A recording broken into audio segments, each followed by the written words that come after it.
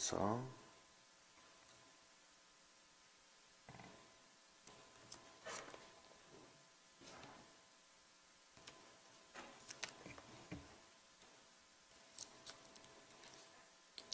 (30장) 29절에서 31절입니다.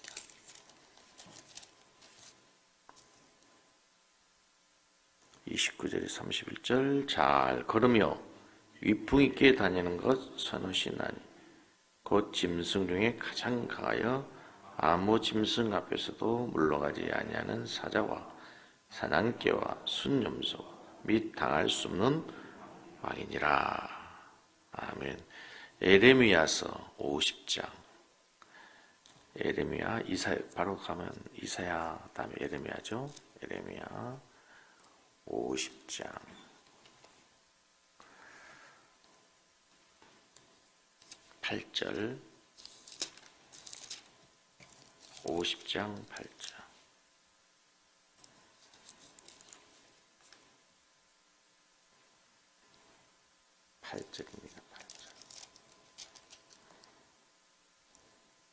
너희는 바벨론 가운데서 도망하라. 갈대아 사람의 땅에서 나오라. 양떼에 앞서가는 순념소 같이 하라. 아멘. 할렐루야. 할렐루야. 오늘도 기도의 자리에 오신 여러분 환영합니다. 축복합니다. 오늘도 기도를 통해서 다시 주님의 뜻을 깨닫고 또 주님의 세미한 음성이 들려지는 복된 시간이 되기를 간절히 소원합니다. 우리가 지금 무너진 재단을 수축해라. 우리의 신앙을 세우고 우리의 가정을, 교회를 믿음으로 세우기 위해서 기도하고 있습니다. 특별히 성경에서는 우리에게 특별 새벽 기도해라 이렇게 말씀하지 않고 쉬지 말고 기도해라. 늘 우리가 매일 기도하는 삶을 살아야지만, 그러나 어느 중요한 시점에 또 중요한 문제가 있을 때 뜻을 정하고 기도하는 그런 모습들이 성경에 자주 등장합니다. 그렇죠? 우리가 새해를 시작하면서 이렇게 기도로 시작하는 것은 참 신앙인으로서 바람직하다, 또 참 좋은 일이다 생각이 됩니다.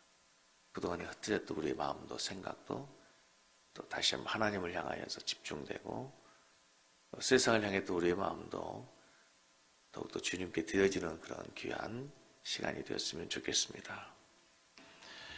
위풍 있게 위풍당당하게 신앙생활 해야 되는데 첫째 사자처럼 해라 그랬죠. 사자는 백수의 왕이다. 그래서 우리는 하나님의 자녀로서의 그 DNA가 있어요. 사자는 태어날 때부터 사자고요. 토끼와 사슴은 태어날 때부터 토끼, 사슴의 DNA를 가지고 있어요. 우리는 예수 믿는 순간 하나님의 자녀의 권세를 갖고 있고, 왕 같은 제사장, 거룩한 나라, 그의 소유된 백성의 새로운 DNA가 생겼단 말입니다.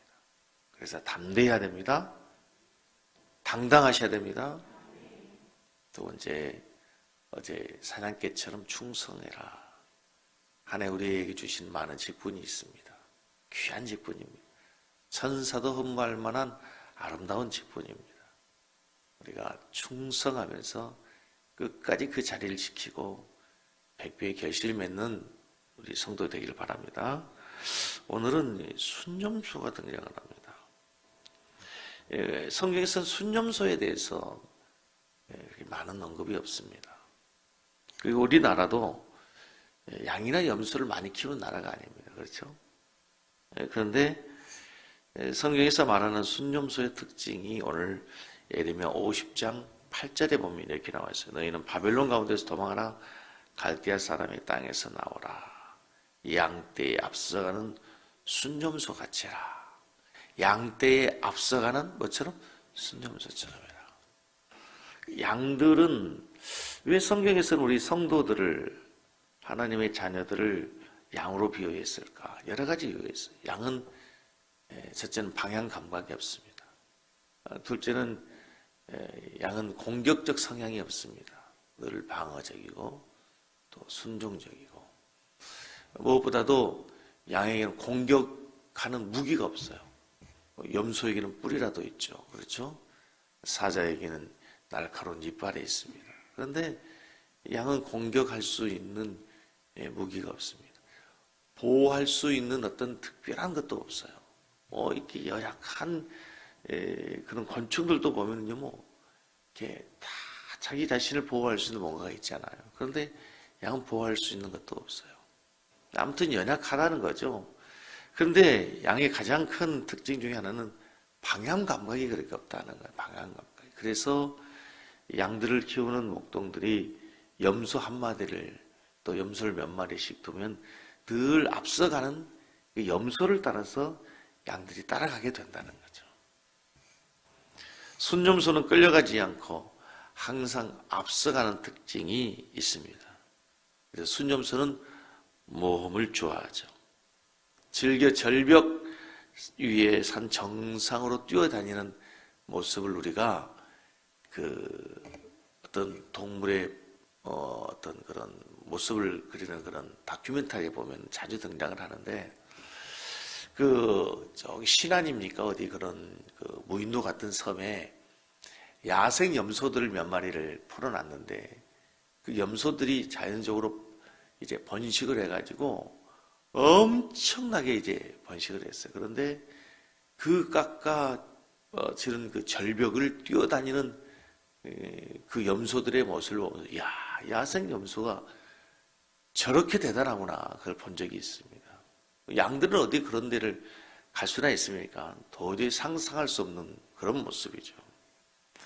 그러므로 우리가 순염소처럼 너희들이 신앙생활해라 라고 하는 말의 의미는 너희들이 모험적 신앙을 해라.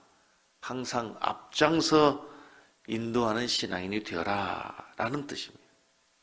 그러고 보면요, 여러분, 우리가 믿음 생활한다는 것은 모험적 요소가 있습니다. 보이지 않는 하나님을 믿는다는 것, 내 상식과 내 뜻에 맞지 않고 이해할 수 없는 하나님을 따라간다는 것, 이거는 상당한 모험이 필요한 거예요. 모험적 요소가 바로 믿음에 포함되어 있다고 하는 것입니다. 그래서 우리가 믿음의 모험을 하다 보면은 놀라운 사실, 믿음대로 되는 거예요. 여러분, 믿음대로 하면, 믿음대로 살다 보면 믿음대로 될 줄로 믿습니다. 이게 믿음의 신비예요. 내 생각으로 다 계산해가지고 내 상식과 내 경험에 딱 떨어져야 그것을 실천하고 그렇게 살아간다면 그게 무슨 믿음이에요? 그게 무슨 믿음? 그게 무슨 하나님을 믿는 거냐고요?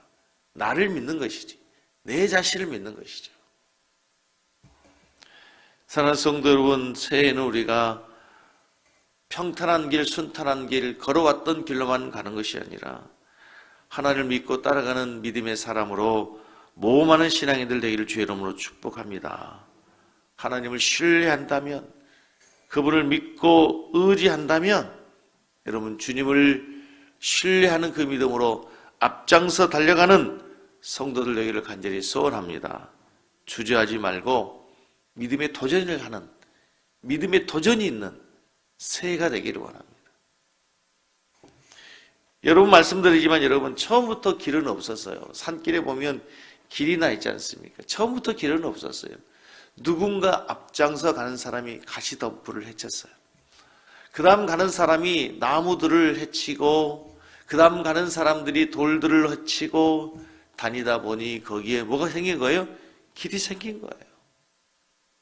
신앙에도 마찬가지예요. 믿음의 길도 마찬가지예요.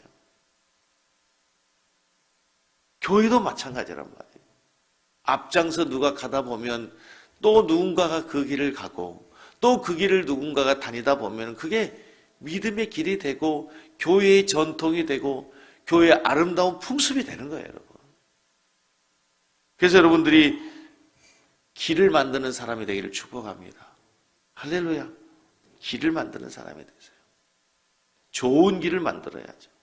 좋은 습관을 만들고 좋은 풍습을 만들고 셋이서 모여가서 이상한 말하고 이상한 행동하고 그래서 이상한 전통들이 생겨지면 안 되고 좋은 전통들이 만들어져요. 할렐루야. 성경에서 믿음의 도전을 하고 가장 앞장선 사람 중에 한 사람이 바로 이 산지를 내게 주소서라고 했던 갈렙을 우리가 생각해 볼 수 있습니다. 이제 여호수아와 갈렙이 이 산지를 내게 주십시오 하고 가나안 땅을 정복했습니다. 그리고 여호수아가 죽은 걸로 사사기가 시작됩니다. 그런데 여호수아와 함께 가나안을 정복했던 이스라엘 백성들이 하나님이 허락해 주신 모든 가나안 땅을 다 정복한 것이 아니고 평지, 좋은 곳, 쉬운 곳, 정복하기 쉬운 것은 다 정복을 했는데 어려운 험산 그리고 강한 가나안의 군사들이 있는 곳은 아직 미정복 상태로 있었어요. 그리고 나서 사사기 1장이 시작되는데 사사기 1장에 그렇게 시작해요. 너희들 가운데서 아직도 점령하지 못한 저 성벽을 누가 점령해야 되느냐. 그리고 이스라엘 백성들이 하나님께 나아가 묻습니다. 주님, 하나님, 누가 먼저 올라가야 되겠습니까? 누가 선봉에 설까요? 누가 앞장서야 됩니까? 하나님이 말씀하십니다. 누가 앞장서라? 유다 지파가 앞장서라. 유다 지파를 향해서 하나님께서 선봉에 서라고 말씀합니다. 그런데요, 성경에 보면은 이스라엘 백성들이 가나안 땅을 향해서 여정을 시작하고 광야 생활을 합니다. 몇 년? 40년 동안. 그런데 항상 맨 앞장서는 지파가 있어요. 무슨 지파예요? 유다 지파예요. 유다 지파. 지금 유다 지파를 얘기하니까 이거는 우리가 대강 눈치를 봐도 유다 지파예요. 유다 지파. 유다 지파는 언제나 이스라엘 백성들의 그 광야의 여정 가운데 앞장서던 지파들이었어요. 험한 강을 건널 때도, 태양이 장렬하는 모래 들판을 건널 때도, 추운 밤에도, 뜨거운 낮에도 언제나 유다 지파가 앞장서고 늘 그들이 인도해 갔어요. 긍정적인 지파였어요. 능동적인 지파, 적극적인 지파였단 말입니다. 그리하여서 여러분, 유다의 지파를 통해서 누가 옵니까? 유다 지파를 통해서 다윗 왕이 옵니다.